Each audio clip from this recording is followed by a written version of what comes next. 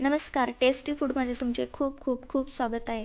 चला तर आज आपण घरच्या घरी तांदळाचे पीठ म्हणजेच राईस फ्लोअर कसे बनवायचे हे पाहणार आहोत.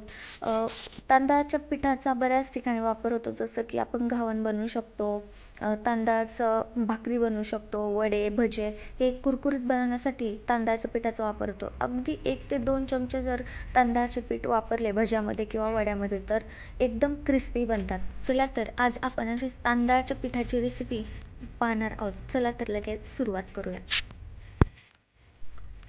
तांदळाचे पीठ बनवण्यासाठी मी इथे 1 वाटी इतका कोलम तांदूळ घेतलेला आहे. तुम्ही कुठलाही तांदूळ घेऊ शकता. आता हा एका पातेल्यामध्ये टाकून घेऊया आणि 2 ते 3 पाण्याने स्वच्छ धुवून काढूयात. कारण दुकानामध्ये काय असतं ना, की तांदूळ टिकवण्यासाठी किंवा त्याला कीड लागू नये म्हणून त्याला बोरिक पावडर लावलेली असते. जर आपण असंच 2 ते 3 पाण्याने तांदूळ स्वच्छ धुवून काढले तर त्याची जी बोरिक पावडर जी लावलेली असते ती निघून जाते. त्यामुळे आपण 2 ते 3 पाण्याने स्वच्छ धुवून काढूया. इथे आपले तांदूळ स्वच्छ धुवून झालेत. यामध्ये भरपूर पाणी टाकायचं, म्हणजे तांदूळ बुडून पाणी वरती येईल एवढं पाणी टाकायचं आणि त्याच्यावर झाकण ठेवून 2 तासासाठी हे भिजत ठेवायचं. 2 तास झालेले आहेत. यावरील झाकण काढून घेऊया आणि तुम्ही पाहू शकता की तांदूळ हाताने फुटत आहेत, म्हणजे आपले तांदूळ हे छान भिजलेले आहेत. आता यातील पाणी काढून घेऊया. यासाठी मी एक चाळणी वापरलेली आहे. चाळणीच्या मदतीने संपूर्ण तांदळातले पाणी काढून घ्यायचे आणि 10 मिनिटांसाठी तांदूळ चाळणीवरती स्प्रेड करून ठेवायचे, म्हणजे त्यातील संपूर्ण पाणी निघून जाईल. 10 मिनिटानंतर तुम्ही पाहू शकता तांदळातील संपूर्ण पाणी निघून गेलेलं आहे. आता हे तांदूळ सुकायला टाकून घेऊयात. तांदूळ सुकवण्यासाठी मी इथे एक कॉटनचं कापड घेतलंय.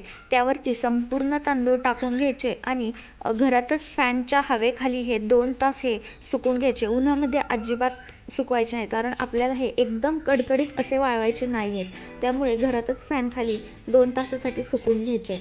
संपूर्ण कापडावरती हे पातळ लेअरमध्ये स्प्रेड करून घ्यायचे. इथे 2 तास झालेले आहेत. तुम्ही पाहू शकता की तांदूळ हाताला चिकटतील एवढे ओले नाहीत आणि खूप कोरडे देखील नाहीत. तर आता हे प्लेटमध्ये काढून घेऊयात. सुकवलेले तांदूळ मी एका प्लेटीमध्ये काढून घेतलेत. आता हे मिक्सर जारमध्ये टाकून घेऊया आणि बारीक दळून घेऊयात.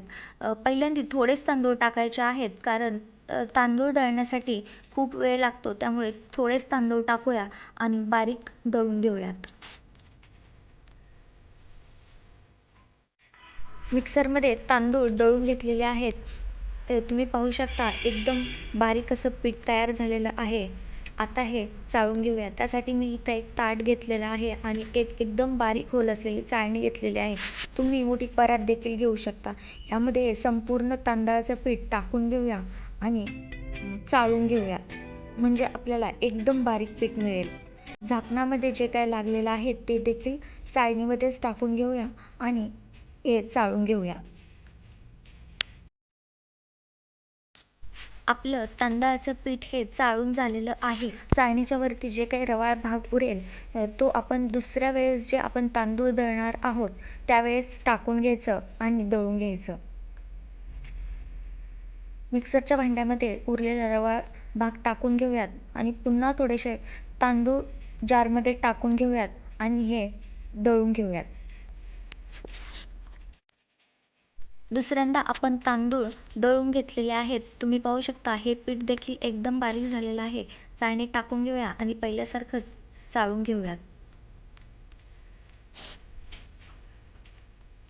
झाकणाला जे काही लागलेलं आहे ते देखील चाळणीत टाकून घेऊया आणि पुन्हा चाळून घेऊयात.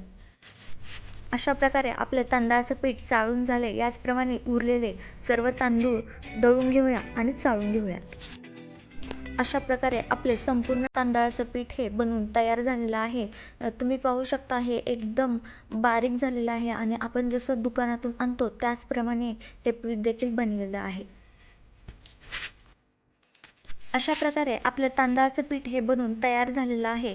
पीठ तयार झाल्यानंतर संपूर्ण 1 दिवस हे पीठ हवेमध्ये सुकून घ्यायचं आहे. कारण आपण तांदूळ हे भिजवून घेतलेले असतात, त्यामुळे पिठामध्ये थोडंसं ओलावा शिल्लक राहिलेला असतो. जर हे पीठ असंच भरून ठेवलं न सुकवता भरून ठेवलं तर ह्या पिठाला जाळी किंवा किडा लागण्याचा शक्यता असतो.